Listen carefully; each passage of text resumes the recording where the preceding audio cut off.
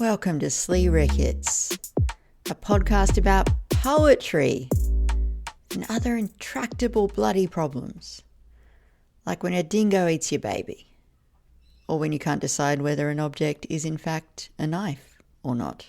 Thank you all for listening. I am Alice. I'm one of the SLEERICKETS co-hosts. I am filling in for Matthew this week so he can have a little bit more time back in his calendar. I wish I could give all you guys over in the US a week off from work at the moment. We do worry about you. We worry about our American cousins over here in Australia. Today, Jonathan Farmer and I are tackling the most intractable of all the intractable problems, Derek Walcott. More specifically, that one time Derek Walcott was about to become the Oxford Professor of Poetry and then didn't. There is scandal. There are bald-faced lies. There is a general sense that the New York Times is having entirely too much fun. Before I get into all that, I thought I would start with a Walcott poem. It's not that we're being hard on Walcott in this episode, or I don't think we are. It's that he made things hard. He made things hard for us, but we still want to be interested in his poetry. And so I'm going to read an early poem of his to get us into it. This poem is called Ruins of a Great House. It begins with an epigraph from Thomas Browne, and it includes a phrase that I didn't recognize at all, a phrase from Horace, disjecta membra, which translates to scattered remains or even scattered limbs. Horace uses it in his satires. So let's have that, and then let's hear about all the things that Derek got up to. This is called Ruins of a Great House. Epigraph by Thomas Browne from Urn Burial. Though our longest sun sets at right declensions and makes but winter arches, it cannot be long before we lie down in darkness and have our light in ashes. Stones only, the disjecta membra of this great house, whose moth-like girls are mixed with candle dust, remain to file the lizard's dragonish claws. The mouths of those gate cherubs streaked with stain, axle and coach wheel silted under the muck of cattle droppings. 3 crows flap for the trees and settle, creaking the eucalyptus boughs. A smell of dead limes quickens in the nose, the leprosy of empire. Farewell, green fields, farewell, ye happy groves. Marble as Greece, like Faulkner's South in stone, deciduous beauty prospered and is gone. But where the lawn breaks in a rash of trees, a spade below dead leaves will wring the bone of some dead animal or human thing, fallen from evil days, from evil times. It seems that the original crops were limes, grown in the silt that clogs the river's skirt. The imperious rakes are gone, their bright girls gone. The river flows, obliterating hurt. I climbed a wall with the grill ironwork of exiled craftsmen, protecting that great house from guilt, perhaps, but not from the worm's rent, nor from the padded cavalry of the mouse. And when a wind shook in the limes, I heard what Kipling heard, the death of a great empire, the abuse of ignorance by Bible and by sword. A green lawn, broken by low walls of stone, dipped to the rivulet, and, pacing, I thought next of men like Hawkins, Walter Raleigh, Drake, ancestral murderers, and poets, more perplexed in memory now by every ulcerous crime. The world's green age then was a rotting lime, whose stench became the charnel gallion's text. The rot remains with us. The men are gone. But as dead ash is lifted in a wind that fans the blackening ember of the mind, my eyes burned from the ashen prose of done. Ablaze with rage, I thought, some slave is rotting in this manorial lake, and still the coal of my compassion fought. That Albion, too, was once a colony like ours, part of the continent, piece of the main. Nook shotten, rook overblown, deranged by foaming channels, and the vain expense of bitter faction. All in compassion ends so differently from what the heart arranged, as well as if a manner of thy friends. Perplexed in memory now. That's pretty good. It's pretty good.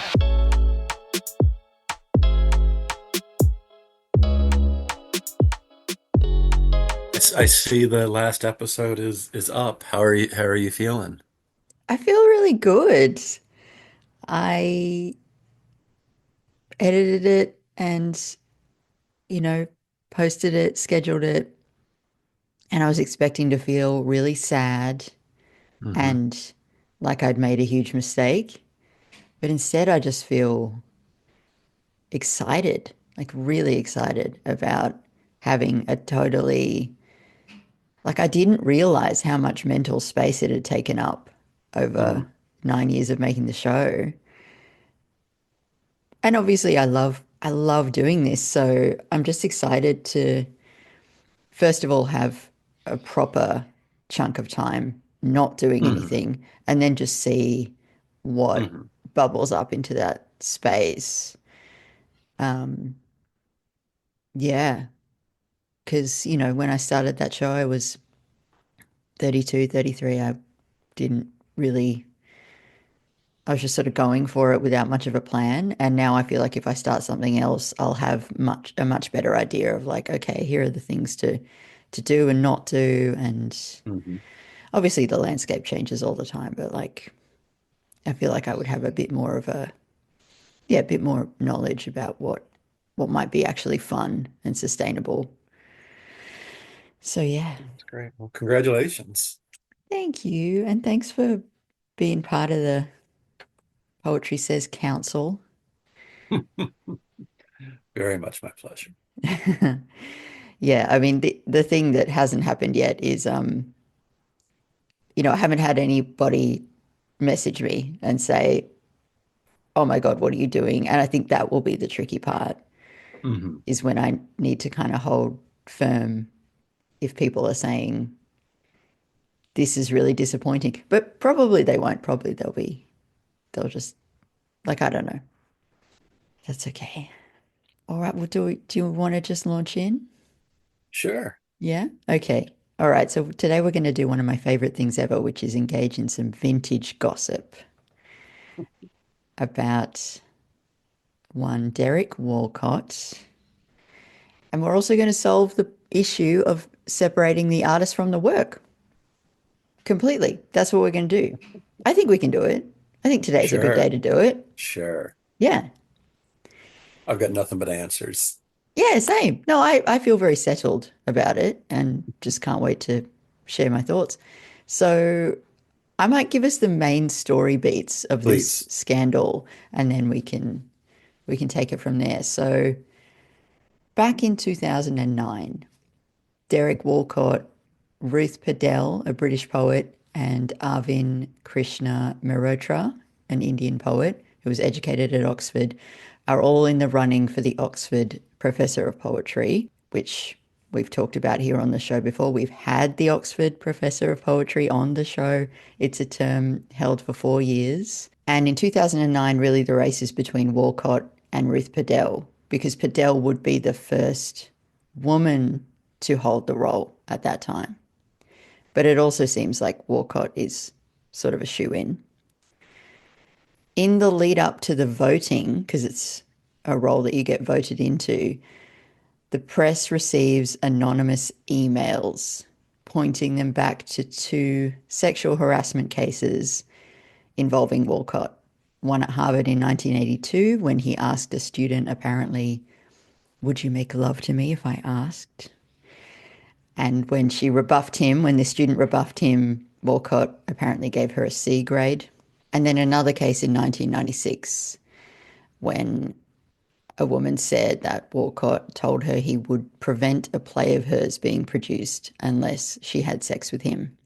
So this information is sent out to the press, and then as a follow-up, packages are sent to academics at Oxford who are involved in the voting with photocopied pages from a book written about Walcott, which is called The Lecherous Professor.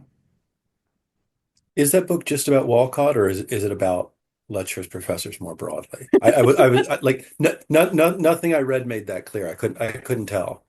Great question. I don't know. We'll have to Okay. find a copy. So after all this happens, Derek Walcott withdraws from the running, saying, "What happened 20 years ago, I have never commented upon and have never given my side of what happened. That will continue to be the case."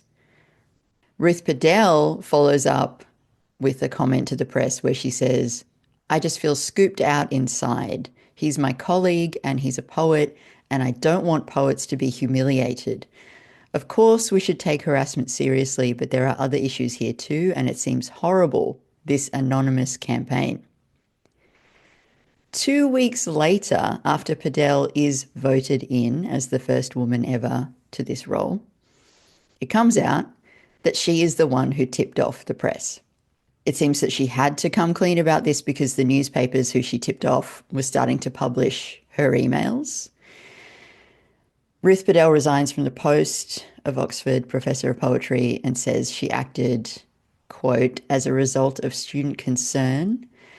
She says, "I acted in complete good faith and would have been happy to lose to Derek." So those are the main points, and we'll link to all the articles that we've gotten this story from. But what I enjoyed most about it was reading the way that the New York Times covered it. They have so much fun just pointing out how silly Oxford seems to them. In one of the articles, the writer says, "This has scandalized the ivy-walled cloisters of Oxford, exposing a culture of jealousy and mean-spirited connivance at sharp odds with the university's public posture of academic tolerance and reason." And the other thing is they keep pointing out that Ruth Padel is the great-great-granddaughter of Charles Darwin. Like they can't talk about her without bringing up this fact. So yeah, nobody really wins, I don't think, except that we win because in 2010 we get Geoffrey Hill as the Oxford Professor of Poetry, and Geoffrey Hill is our patron saint on this show. So yeah, did I cover everything? You did, and I'll say that the Padel part of it is the most fun and ultimately the least interesting component to me. I feel like I can kind of understand or at least recognize a situation where you can convince yourself that something that's in your personal interest, that you're doing it for moral purposes when it has a clear morality around it. And then she completely lied about what she'd done, which is shitty and embarrassing. So she seems like recognizably disappointing in a way that's entertaining and scandalous. I do feel like the Times was like too invested in the scandal of it and was kind of cavalier about what was actually being alleged and what its significance was. The coverage in general that I've seen of this in the little bit of reading that I've done here definitely feels sort of cloistered in its imagination about what might have and if I'm being honest, what I assume did happen, what he did do. I'm assuming he did these things.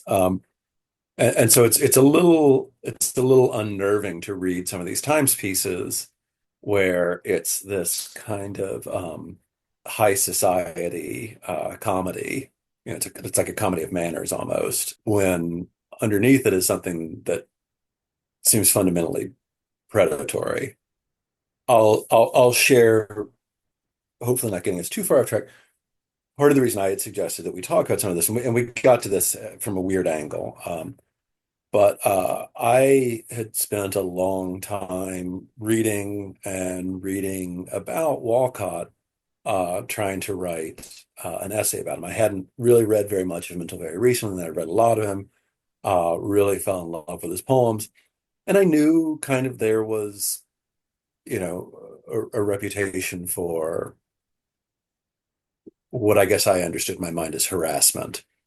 And so I had been writing this essay, and then I'm also writing this other thing that you've seen some of, where I kind of ended up putting the consolation that I'd found in some of the Walcott poems up against a situation in my own life that has been really hard, and sort of acknowledging the peculiarity of that coming from someone who was abusive, but also, not really reckoning with what might have happened, and not even bothering to find out. And so I shared that with a friend of mine who was like, no, he was he was actually really abusive. Like he was forcing, or trying to force women to have sex with him by using like the power that his poems had given him. And so that had kind of left me in this position of, you know, trying to figure out how should this change my thinking and in fact my writing about Walcott. And so you had come to me with some interest, and this seemed like a way of getting at some of those things that also gave me a chance to try and get your help in thinking through these unresolved questions of mine. Yeah, well, all I have for you is answers, just like Right. definitive. Yeah. Yes. Moral clarity. Why don't we bring in Hilton Knowles Yeah, now? please.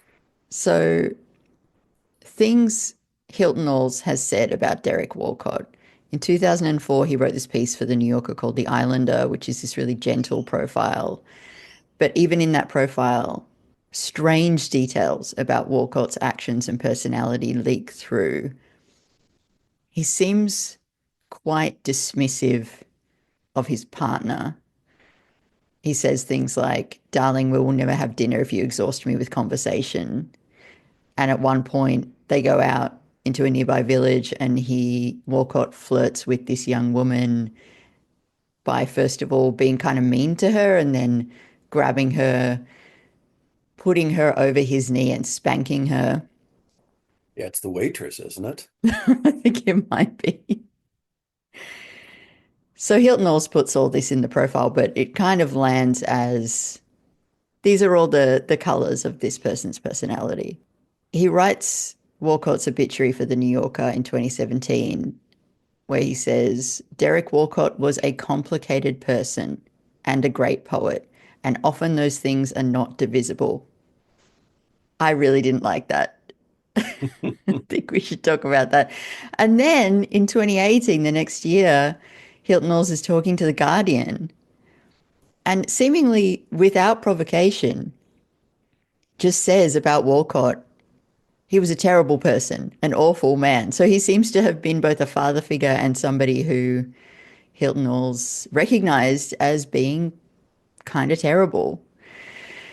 So I don't know if that helps at all, but I guess, Hilton Knowles seems like a thoughtful person.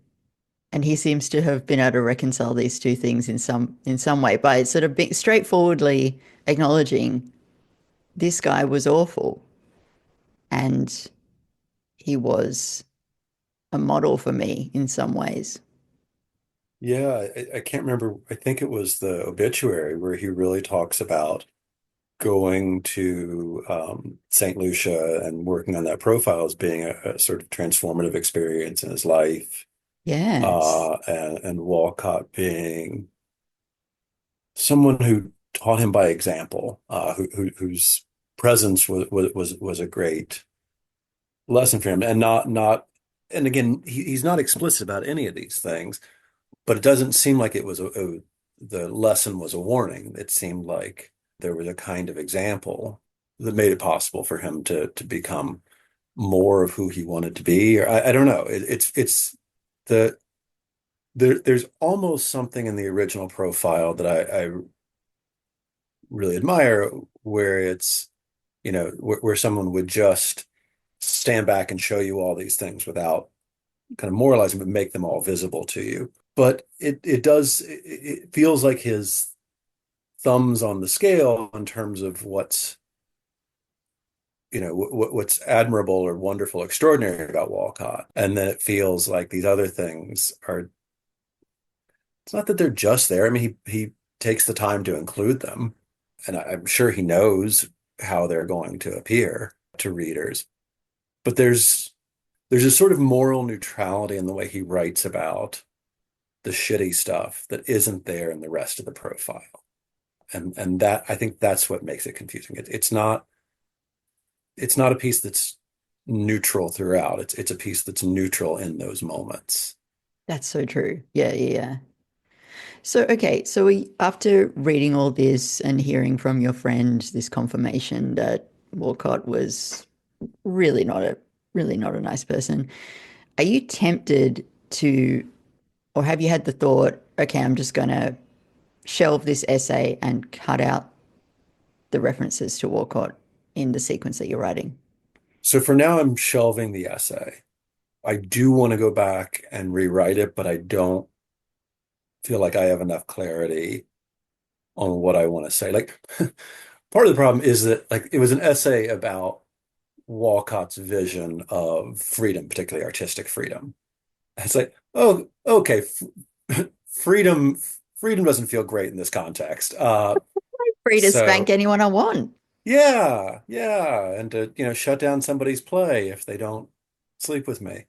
So I think there's something interesting about that, about that combination of I mean, you see this all the time in powerful men, that sort of freedom for me, and the freedom for me includes power over other people, diminishment of other people's freedom. So that, I think there's something there to write about. One of the things with the essay that I'm still struggling with is, like, this is part of a series of essays I've been writing. And for instance, there's one about Lowell, and I don't spend a whole lot of time in the Lowell essay. It's there, but I don't spend a whole lot of time talking about, like, what a monster he could be. But he was monstrous at times. So there's also this question of, am I doing something with Walcott that I'm not doing with other poets in this series? And if so, why Walcott and not Lowell? So all of that is just kind of up in the air, and I feel like it's going to take a long time for it to settle.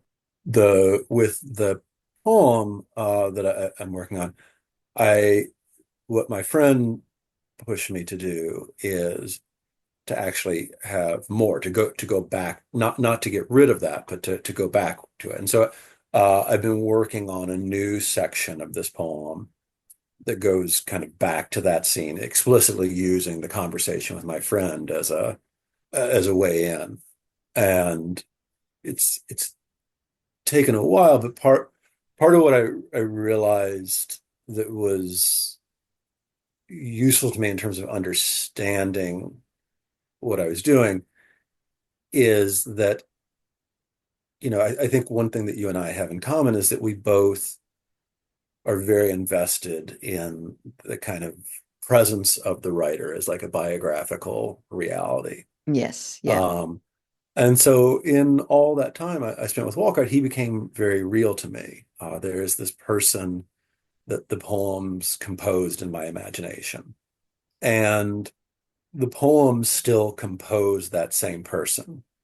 And the way I'm writing about it, that person refuses to take responsibility for any of this. He just sloughs it off. And so I'm trying to write like an imaginary scene of trying and failing to confront him, that feels like it doesn't solve the question of Walcott, but I think if I get it right, it adequately represents my own limitations and failures in thinking about this. Yeah, good. Well, that's way more interesting than just excising him. Maybe we'll see. It could just be self-indulgent schlock. So I mean, It's a poem. So Of no, I can't wait. I can't wait to read more of that. I hope you'll share it with me. course.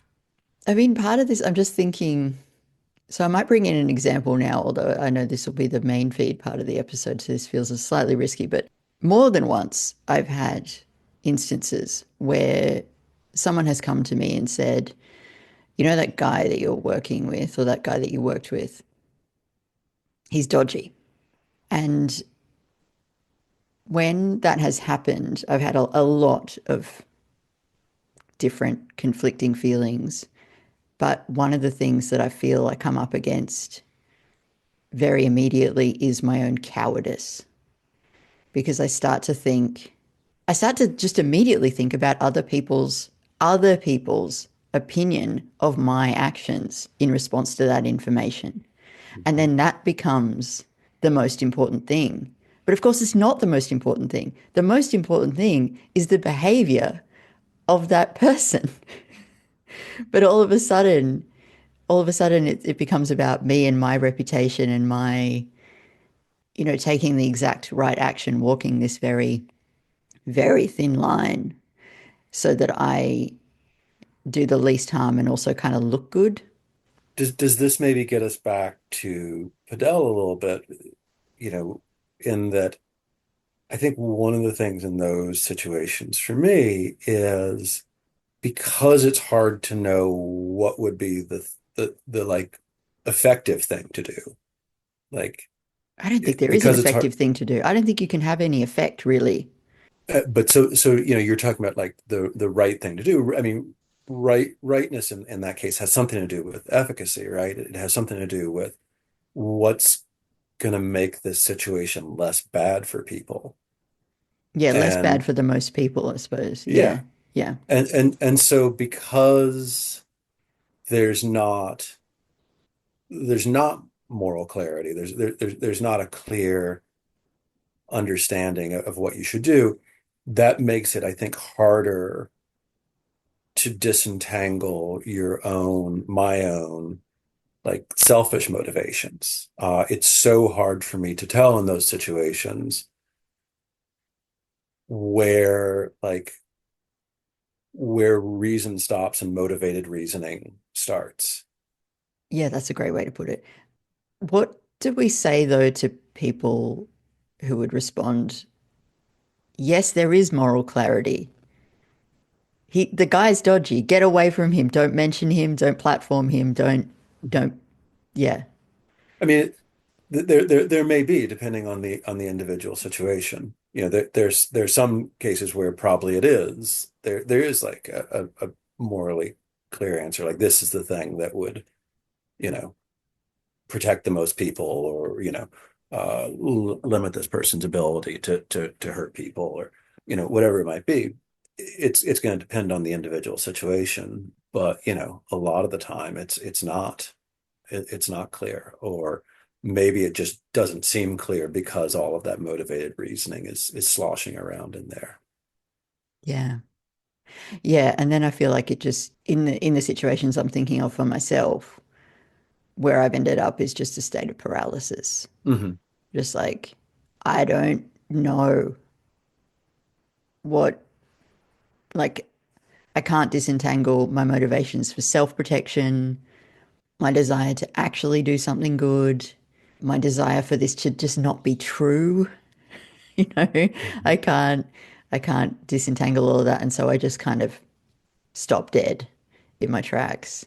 Yeah, I feel that way before we started the show. You and I were talking about, or I was talking about, my sense that the political situation in this country is like maybe entering a new phase of awfulness. And like I keep not doing anything. And the first time around with Trump, when it was bad but not bad like this, I did things. And I just like I do I feel like I'm in that paralysis as well. I can't figure out what would make a difference. I look back on the things that I and other people did last time around and feel like, well, none of those things helped. which maybe is false, but that's how it looks from here. And I just end up getting paralyzed. I'm doing nothing, which presumably isn't the answer, but I don't know. I don't know what the something is, and I suspect there's a part of me that doesn't want to find out. because it will require too much of you if the answer is quit your job, go and sit in front of the White House until you're forcibly removed. Yeah, I don't know. Like I just the the paralysis is intense enough that I don't even feel like I'm thinking clearly or even thinking at all. Yeah. But I think there is some fear that I'm going to be responsible for this in a way that feels overwhelming and frightening. Look, I think overwhelm and fear and paralysis are totally appropriate responses.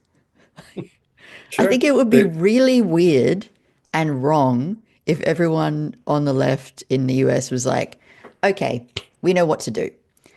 Here it is. Like, I read an interview with I think the head of what is the name of the defenders of the left who sort of swing into action.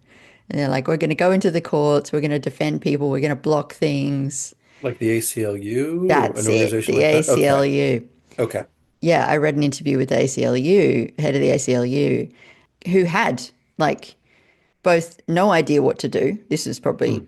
a month ago. No idea what to do, but like a very strident, clear, like we're going to have to shut down the country kind of line. And the interviewer was like, okay, what does that mean? Also, Mm. aren't you a bit quick off the mark here? Like there was a lot of doubt coming from the interviewer side. And I think doubt is appropriate. Like, what are you? You're sort of 2 months and a week into this. If you had answers, they would be wrong. Yeah, I mean, I guess that's that's very possible, and I don't think I'm going to be the one to come up with the great answers. But I don't think it's implausible to say also like it, the longer it goes on, maybe the harder. I don't know. The fact that it's hard to know what to do doesn't make my nothing necessarily the right thing to do. No, I mean, sure, but I just think that like there's there's the overwhelming shittiness of the situation, and then there's the second arrow of like, and I'm a piece of shit for not doing anything about it. And it's like, okay, but maybe just give yourself a minute to like mourn, Mm, um, and not immediately start flagellating yourself. I mean, I'm talking in a more general sense, not just to you, Jonathan, but like maybe going straight into battle isn't actually going to result in the best outcome. And perhaps, giving it a week to sort of really recognize how much this hurts is going to put you in a better, maybe that's the way out of the paralysis. yeah, and that may very well be true. I don't want to bog us down in this where I maybe have even less insight than in the conversation we were supposed to have. Well, no, but Um, I mean, just going back to that too, like going back to what do you do when the poet that you were working with and thought you loved turns out to have behaved really badly? mhm, Again, it's not good to have a quick answer to that right. because the quick answer is either it doesn't matter, separate the work from the artist, and it only Hmm. matters what's on the page. I don't think that's necessarily right. Or Hmm. um, write him off. He's gone. Excise him Hmm. from the canon. Also Right. not very helpful. So I'm curious. One thing I'm aware of to kind of steer us back a little bit to poets and monsters. Is there a difference for you, like in terms of how close in time or space or like axes of identity a poet feels in terms of how much their life matters? I think there is, but I don't think there Mhm. should be. But I Mm, think there is a difference. I think if it's like, if there's a Australian poet in her 40s writing now, Hmm. doing things that I don't agree with, I'm much more likely to be judgmental than I am to be judgmental of Milton.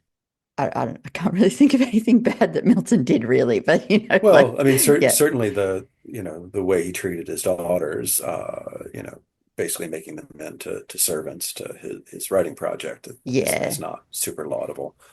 It's not Um, super yeah, laudable, but it's also like that makes sense in context of right. when he's working. But yeah, I mean, even with Walcott, I'm kind of like tempted to take the line of this is the kind of behavior that a powerful poet with a lot of accolades writing and publishing in the 70s, 80s, 90s. This is the kind of behavior that he would think of as available to him. Hmm. And so that my lack of surprise makes me more likely to go, oh, well, guess he was. But then again, like writing at a similar time, sort of, I adore the poet John Forbes. Hmm. He's like I don't really know what word to use, but like all Australian poets, I think adore John Forbes in a particular way. If and there was an article written in I think Meanjin called The Gifts of John Forbes by one of his younger friends, younger female friends, where she sort of looked at her interactions with him through this lens. He was always asking me for lifts to Sydney and money and crashing on my couch. And like we were kind of more than friends, but not really. If that article had been, and she sort of ends the article by saying, I loved him and I miss him. And he was a bit chaotic, but not that bad of a guy. If that article was more like, John Forbes raped me, Hmm. I'd be fucking devastated. And as you said that, I'm wondering if one valence is that it's not just that the poets are more proximate, but the people we assume that they hurt are more proximate. And so my moral responsibility to, someone who was an undergraduate in the 70s or 80s, who presumably is, older than me, but not a lot older than me, and presumably still very much alive, is very different from the unimaginable person in 17th century England who maybe was treated as destructively by a poet then. Maybe that's part of it, is that my moral and emotional imagination of the consequences is just much more vivid.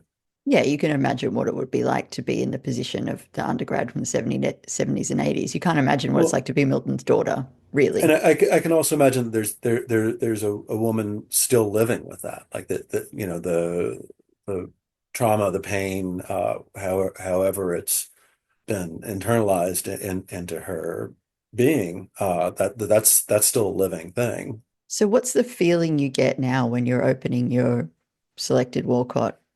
Honestly, like there's some trepidation and concern. There's a sense of a responsibility I'm not meeting.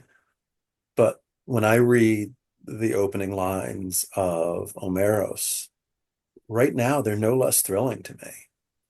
I read them the other day. It's astonishing, and like that for whatever reason. What's the Auden's elegy for Yeats that they uh, kept the news of your death from your poems? I'm mangling it, but like there's something in me that is managing to keep the news of his monstrousness from the poems.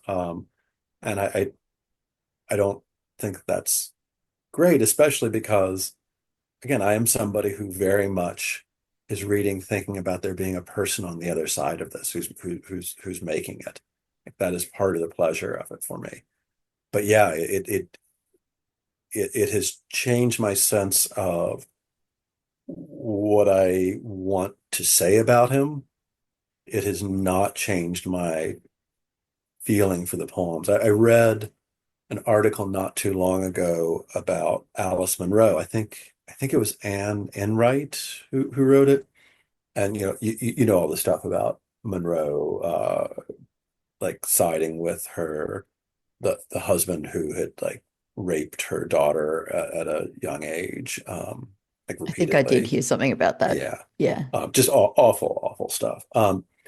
And I think it's Enright, said near the end of the article, and it was a really thoughtful piece, kind of going back through the stories and trying to think about how Monroe is taking that knowledge and transforming it and altering it in these stories, and it's clearly just morally disgusting to her what Monroe did, but the engagement with the stories is not just about that, and it is not primarily about that. And then she gets to the end and she says something to the effect of, going back to the stories, she can't dismiss them. And she describes this experience of first going into such and such a bookshop and picking it up and starting to read these stories. And she says, the love was too freely given, and I can't take it back. And I don't know if that's true of what's happening with me and Walcott's poems, but it certainly pops into my head a lot as a possibility. Yeah, because it is a bit like falling in love when you find work that really moves you. And then you think Hmm. about, then you sort of project that back onto the beauty of the work back onto the Hmm. creator. And yeah, it becomes a completely one-sided but quite real attachment. Hmm. You know who I think got this right actually is the J.K. Rowling fans. They actually figured this one out. Oh yeah. Yeah. So, Rowling went a little Hmm. bit off the deep end, and Harry Potter fans just were like, okay, well, the stories are ours and they belong to Hmm. us, and we get to keep them, and Hmm. we don't have to like her or what she says, but the stories are too much, people grew up like as these things were being published. Like there's no Hmm. way, there's no way to separate from Harry Potter once it's in your bloodstream. And yeah, that's just the conclusion they came to. And I've actually, as much as it's sort of like a maybe a lightweight example, I've found that really helpful. Yeah, I think one thing that seems sort of necessary but not sufficient to me, one thing that seems fundamentally true, even if it doesn't answer all my questions, is that meaning seems fragile enough to me. The experience of meaning seems fragile enough to me that people should read, if reading something or watching something makes your life more meaningful, you should read or watch that thing without shame, with like obvious exceptions, like I mean, like, this is so extreme as to almost be irrelevant, but like child pornography, like there are obviously things where like you're engaging in the manufacture of something that's morally repulsive. But people should read the things that help make their lives more meaningful. And they should also be humble about assuming that other people are going to be able to find meaning in them. And that includes the idea that thinking that because the Walcott poems remain magnificent and even consoling to me, that for someone else, it's not going to be revolting to read them. I will say I read a piece that I didn't end up sending to you that was not bad. I probably should have sent it to you now that I think about it. Sorry. By a Caribbean woman who had studied in the U.S. With a professor who, I can't remember the specifics, but was at least sexually inappropriate with her, maybe even worse than that. And Walcott had been really important to her. And she talks about kind of passing him through this experience that she has with this professor. And part of what she says, and she's clearly like a very astute reader, is that Walcott's women in the poems are always two-dimensional, and like kind of defined by their sexuality. And I try to think about that, and I don't think that's untrue. I think it's maybe a little bit of an overstatement, in part because I think a lot of Walcott's men are two-dimensional and defined by their like sexuality sometimes too. But I don't think it's I don't think it's entirely untrue either. But what I think is really important, and again, not sufficient, but really important, is to recognize that for someone else, in the case of this same poet, those things are utterly inseparable. And it would be grotesque to say to her, "Oh, no, no, no, you should separate the art from the artist." Right. The same fragility of meaning, the same fragility of coherence and health and wholeness requires that what is meaningful to me be that I not assume that someone else should have that experience of it, especially perhaps in cases like these. Yeah, and what you're drawing there is a picture of a world in which people are patient and generous with one another. And so if I've had a horrible experience with my professor and Walcott reminds me of him, and you read Walcott, we both have enough generosity of spirit to not get into a huge fight about that. Yeah, and more than just to not get in a fight about it, but to really have empathy for each other's positions. Yeah, But which is then a then lovely idea. yeah, why not? Why not? Why Um, not shoot for the moon? um, but then that's a different question from how do we write about these people? How do we talk about them? Because when I'm writing about Walcott, I'm hoping to write for a general audience. So the poem's a little bit different, but if I'm writing criticism, it's I had read an entire book of essays that I think was published after his death, after Walcott's death, by various people who knew him, remembering him. The book never touched on any of this stuff, even though it's like a public topic. And so writing criticism and writing reviews is not just about describing my experience, right? It's about trying to present to the world a way, or the you know minuscule fraction of the world that reads it, a useful image of this, a useful description of this. And that you could say in some ways that's what Hilton Knowles is trying to do, and our frustration comes from our sense that he's, for all his obvious skill as a writer and his obvious intelligence as a reader, we both to some extent find him to have failed on that count. Yeah, it's like I think really where I'm landing with this conversation is the main thing is to have as much information as possible and then to make your own personal decision. The difficulty with Hilton Hall's writing is that you feel like he's got a lot more information that Yeah. he's actually sharing. And I just want to come back to his sentence that he starts the obituary with. Derek Walcott was a complicated person and a great poet, and often those things are not divisible.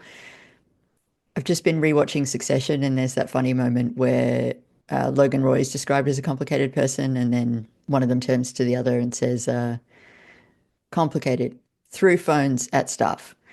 It's just like that word is It's a doing it's so a much heavy lifting in that sentence, but also just that thing of like poets are complicated people. Poets are so they're so not surely well as a surely race. sure, surely complicated was a dead cliche by the time Hilton Knowles wrote that. Like it really is. It's hard not to hear a kind of laziness in that like is not present in like there are things where I feel like he comes up short, but like he's not a lazy writer. But that's a really lazy word choice there. Yeah, maybe we just have to forgive him knowing that it's an obituary. It was probably written very quickly, and maybe he Mm, was feeling quite a bit of grief too as he was writing it, and just thought, yeah, okay, well, I need to acknowledge. Like this is the first line of the obituary. He starts with that word, yeah, complicated, yeah. And then we find out later on that what he means is terrible. terrible, awful. Yeah, I do though. I think the idea that those things are sometimes inseparable is exploited, but not untrue. Yeah, agreed. It so it It's not that doesn't. it's not true. Yeah, it doesn't Yeah, excuse you. You don't get you don't get like the poetry indulgence that lets you go and sexually assault people or even just be a general asshole. Or you shouldn't. But I do one thing that seems like almost so obvious as to be not worth saying that I'm going to say anyways is that the act of creating something implies that something was missing.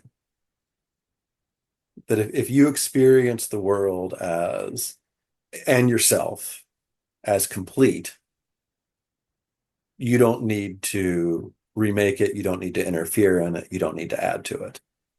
And there's a certain amount of labor in creating a work of art. There's also hopefully pleasure and other things, but you're taking up time to make something that's probably not going to make you any money. You're not doing it to pay your bills, presumably, unless you're a real fool.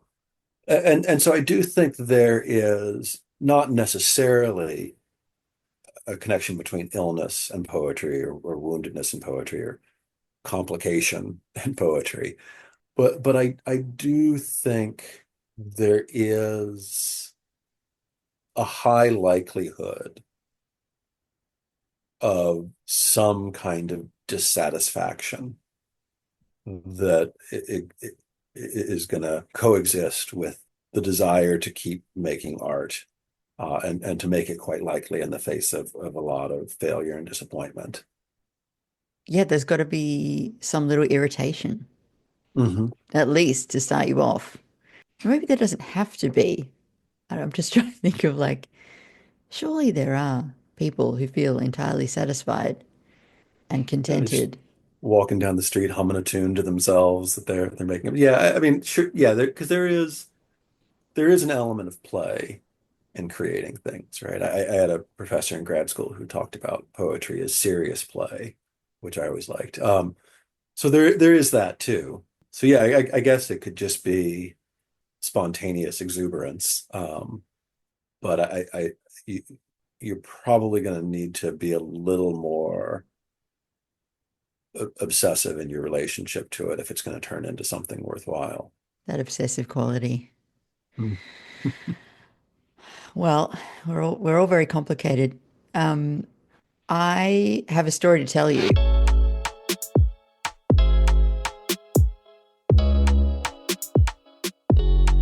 That was this week's show. To hear that story of mine, you can head to sleerickets.substack.com. You can pop in your email address and sign up. You get a week for free. After that, I believe it is $5 American per month. And for that, you not only get many more episodes, most of which are even juicier than those that run on the main feed, you also get to join in the Substack chat, where you'll see things like information about upcoming readings, journals that are open, and sometimes Matthew will even post a call out for questions ahead of an interview that he's got scheduled. So you're basically running the show at that point. Just before I sign off, I am going to abuse my own power and invite you into Alice's movie corner, because I just got some things I need to talk about. I watched Anora this week, and I still don't know what to make of it. I really like Sean Baker. I really liked the vast majority of that movie, but I think it is not perfect. I'm still really glad that Sean Baker has an Oscar, but I think if you're going to give him an Oscar, I think you should give it to him for either Tangerine or Red Rocket. I still haven't seen The Florida Project. Maybe that's his best one. I mean, it was delightful. It was delightful in so many ways. It's kind of like the structure of the movie is like Sean Baker giveth and Sean Baker taketh away. And it wasn't until the very end that I realized there's this one character, you'll know when he shows up. There's this one character and he's mesmerizing, even though he does very little. It wasn't till the very last scene that I realized, oh, that's the guy from compartment number 6. Yuri Borisov is his name. And apparently he's in a movie called The Poet where he plays Pushkin. So I guess I got to go watch that now. You should watch compartment number 6. You really could do a lot worse with your time. Also, before I watched Anora, I randomly watched a Jennifer Lawrence movie from 2015 called Joy. You might remember this one. It's the movie where she's an inventor of a special mop. And it's not a strong premise, and it was really panned at the time. This was seen as Jennifer Lawrence's, like this was the end for her. We were writing her off at this point. It's not that bad. Like it doesn't work, and the tone is slightly off the entire time, but it's not as bad as you have been told. But I'm not recommending that one. It just reminded me of a movie that I want to wholeheartedly recommend to you, to anybody listening. It's another Jennifer Lawrence movie from 2022. It's called Causeway. And basically it's like, what if G.I. Jane was a hangout movie set in present day New Orleans? It's gentle, it's quiet, it's heartbreaking. But unlike Anora, it's not going to leave you feeling stranded. It's one of those movies I can imagine people calling it poetic. I think any description of a movie as poetic is probably bullshit. Like it probably just means this movie is quiet. Causeway isn't poetic, but I think if you're a poet, you might feel a sense of recognition watching it. So that's my recommendation to you. Do watch Anora, but make sure you have Causeway lined up to watch pretty soon after. Thank you for listening to Alice's Movie Corner and for listening in general. You can reach Matthew at SLEERICKETS@gmail.com. I am unreachable, I'm afraid. People have tried. Thank you for listening. With any luck, we will be speaking to you again very soon. Until then.